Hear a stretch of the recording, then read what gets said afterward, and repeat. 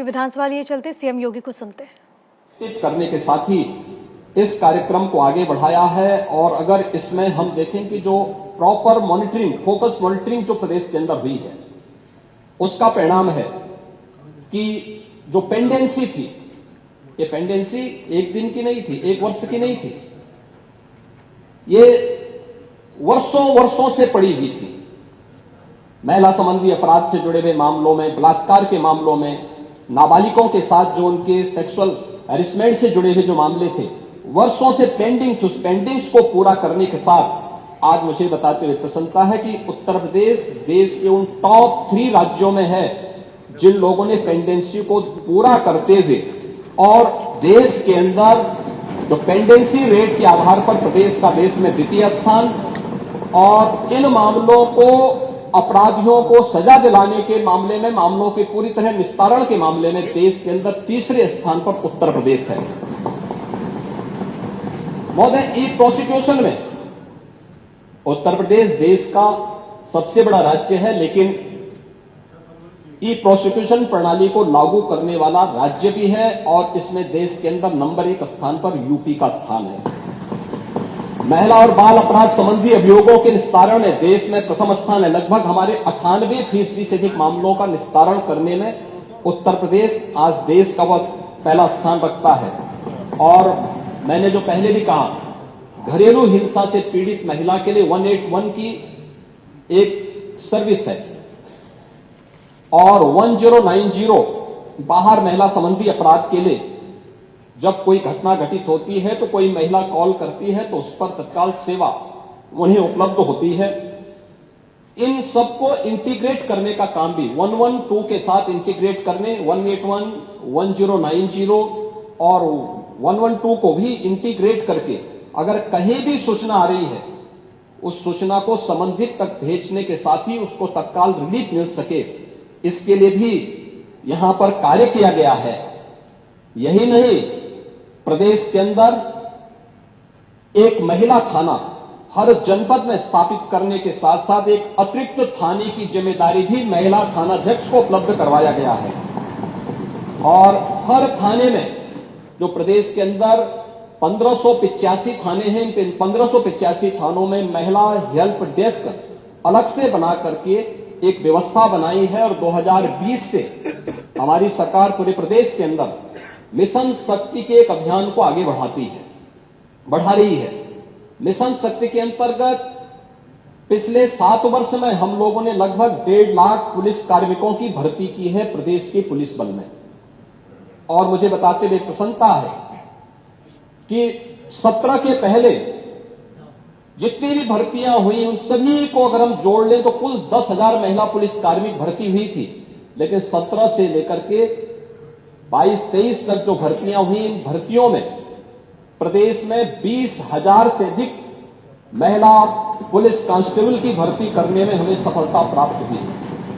यानी आजादी के 70 वर्षों में जितनी भर्ती हुई थी महिला, उससे दुगनी भर्ती अकेले 5 वर्ष के अंदर हमने पुलिस महिलाओं को यहां पे भर्ती किया। पुलिस की भर्ती में उनकी 20% हॉरिजॉन्टल आरक्षण की व्यवस्था उन्हें प्राप्त हो सके, इसको अनिवार्य रूप से प्रदेश के अंदर लागू किया। लखनऊ, गोरखपुर और बदायूं में महिला पीएसी की बटालियन के गठन की कार्रवाई को भी आगे बढ़ाया। लेकिन जो पुलिस कार्मिक महिलाएं भर्ती हुई थी, वे केवल एक कांस्टेबल के रूप में ऑफिस के कार्य को या थाने तक ही अपने को सीमित न रखे, बल्कि महिलाओं की सुरक्षा के साथ साथ शासन की योजनाओं को महिलाओं तक पहुंचाने के लिए उनकी प्रतिभा का लाभ समाज ले सके, इसके लिए प्रदेश के अंदर 10,000 से अधिक महिला बीट स्टेशन स्थापित किए गए, महिला पिंक बूथ की स्थापना की गई और यह भी व्यवस्था लागू की गई कि ये महिला बीट पुलिस अधिकारी हर मिशन शक्ति के अंतर्गत वहां पर जाएंगी, वहां पर सप्ताह में एक बार जाकर के महिला संबंधी घरेलू हिंसा का हो या बाहर की सुरक्षा से जुड़े हुए कोई मुद्दे होंगे, इन पे तो चर्चा करेंगे ही, इससे संबंधित समाधान भी निकालेंगे। लेकिन इसके अलावा महिलाओं से संबंधित, उनकी सुरक्षा से संबंधित जो भी, या उनकी स्किल डेवलपमेंट से संबंधित या उनके स्वावलंबन से संबंधित कौन सी स्कीम केंद्र या राज्य सरकार की है, इनसे भी गांव की महिलाओं को अवगत कराएंगे। और ये मिशन शक्ति का एक कार्यक्रम प्रदेश के अंदर लगातार ये जारी है और इसके बहुत अच्छे परिणाम भी हम सबके सामने देखने को मिले हैं। ये सरकार महिला सुरक्षा के प्रति पूरी तरह गंभीर है और उस गंभीरता का परिणाम ही है कि प्रदेश के अंदर इस सरकार ने आने के बाद सबसे पहले शोहदों पर लगाम कसने के लिए जो कार्रवाई की एंटी रोमियो स्क्वाड का गठन, उसका एक उदाहरण है। और मुझे बताते हुए दुख है कि एंटी रोमियो स्क्वाड का जब हमने गठन किया था, सबसे पहले समाजवादी पार्टी ने इसका विरोध किया था, उसने विरोध किया था। और मुझे बोलने में भी कोई संकोच नहीं है कि महिला संबंधी अपराध से जुड़े हुए ज्यादातर मामलों में समाजवादी पार्टी से डायरेक्ट या इनडायरेक्ट जुड़े हुए लोग उसमें इन्वॉल्व पाए जाते हैं। और यही नहीं, महिला संबंधी अपराध में ये उस पीढ़ी का प्रतिनिधित्व करते हैं, ये उस पीढ़ी का प्रतिनिधित्व करते हैं जिस पीढ़ी ने कहा था, जिसने कहा था कि लड़के हैं गलती कर देते हैं। ये महिला सुरक्षा की बात क्या करेंगे? ये महिला सुरक्षा के लिए तो समाजवादी स्वयं ही एक गंभीर खतरा है। और इसीलिए महिला सुरक्षा के बारे में प्रदेश सरकार पूरी तरह सचेत है, सक्रिय है। हर बेटी को भी, हर व्यापारी को भी सुरक्षा प्रदान करने के लिए पूरी तरह प्रतिबद्ध है। प्रश्न संख्या 2 माननीय मुख्यमंत्री जी, आपने बताया इतने को हमने दंडित कराया, तो क्या पूछा गया था कुल कितने घटनाएं हुई? तो जो दंडित हो जाते हैं कोर्ट से, उन्हीं को आप घटना मानते हैं कि जो घटनाएं घटती हैं उनको भी घटना मानते हैं? यह स्पष्ट कर दें कुल कितनी घटनाएं घटित? आपने नेता प्रतिपक्ष, मैं आपका सम्मान करता हूं और आप दो बार इस माननीय सदन के अध्यक्ष के रूप में अपनी सेवाएं दिए हैं और आपने पहला प्रश्न किया है आज यहां पर। पहले तो आपके चयन के लिए मैं आपको बधाई देता हूं। ठीक है, अलग विषय है कि आपने चचा को गच्चा दे ही दिया। चचा बेचारा हमेशा ही ऐसे ही मार खाता है, उनकी नियति ही ऐसी है, क्योंकि भतीजा हमेशा भयभीत रहता है। लेकिन आप इस सदन के एक वरिष्ठतम सदस्यों में से हैं, आपका मैं सम्मान करता हूं। मैंने आपको पहले भी बताया कि 24,000 जो महिला संबंधी अपराध थे प्रदेश के अंदर 2016 में, अगर हम देखेंगे तो बलात्कार की जो घटनाएं घटित हुई थी वह 1838 हुई थी। लेकिन अगर मैं 24 के अंदर की घटना बताता हूं, इनकी संख्या है 1373। और मुझे लगता है ये घटनाएं बताती है 25% से अधिक की कमी इस बारे में बताती है कि अपराधी आबादी तो बढ़ी होगी इस दौरान, और आबादी बढ़ने के क्रम में अपराध कम हो रहा है, नियंत्रित हो रहा है। लेकिन जो मैंने कहा, महिला संबंधी अपराध दोनों प्रकार के होते हैं, घर के अंदर भी होते हैं और घर के बाहर भी होते हैं। दोनों के लिए सरकार ने उस प्रकार की सेवाएं भी उपलब्ध की हैं। घरेलू हिंसा से संबंधित मामलों में 181 की सेवा है। घर के बाहर की सुरक्षा के बारे में जागरूकता पैदा करने के लिए और उन्हें सुरक्षा उपलब्ध कराने के लिए तत्काल वो कॉल कर सके, इसके लिए 1090 की सेवा उन्हें उपलब्ध कराई गई है।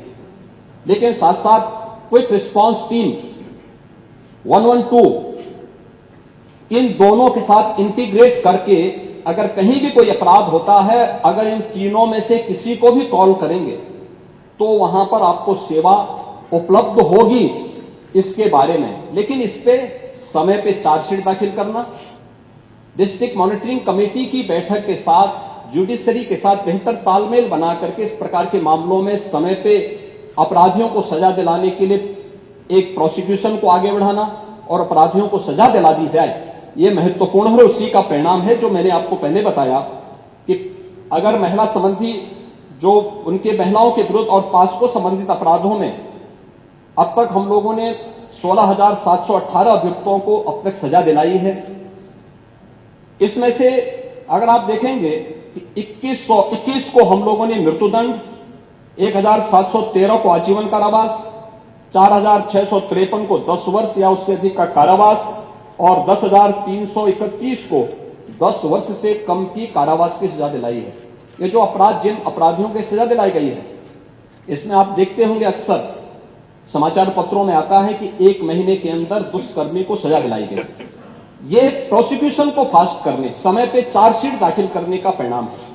नहीं तो होता क्या है, जब हम लोग इसमें लापरवाही बरतते थे, सरकार संज्ञान नहीं लेती थी, विभाग संज्ञान नहीं लेता था, लोकल स्तर पर संज्ञान नहीं लिया जाता था, अपराध बढ़ते थे और फिर इनको हल्केपन से लेने का दुष्परिणाम क्या होता था कि हर ऐसा अपराधी स्वच्छंद होकर के अपराध भी करता था और फिर समाज उसके बारे में देखते हुए भी उसके खिलाफ कार्रवाई नहीं कर पाता था। लेकिन आज अपराधी के मन में भय है और उस भय का परिणाम आज हम सबके सामने देखने को मिल रहा है कि उत्तर प्रदेश का जो ई प्रोसिक्यूशन पोर्टल है वो देश के अंदर नंबर 1 पर है। और उत्तर प्रदेश इस मामले में ऐसे अपराधियों को सजा दिलाने के लिए, महिला संबंधी अपराधियों को, जो भी ऐसे अपराधी हैं उनको सजा दिलाने में उत्तर प्रदेश देश के अग्रणी राज्यों में।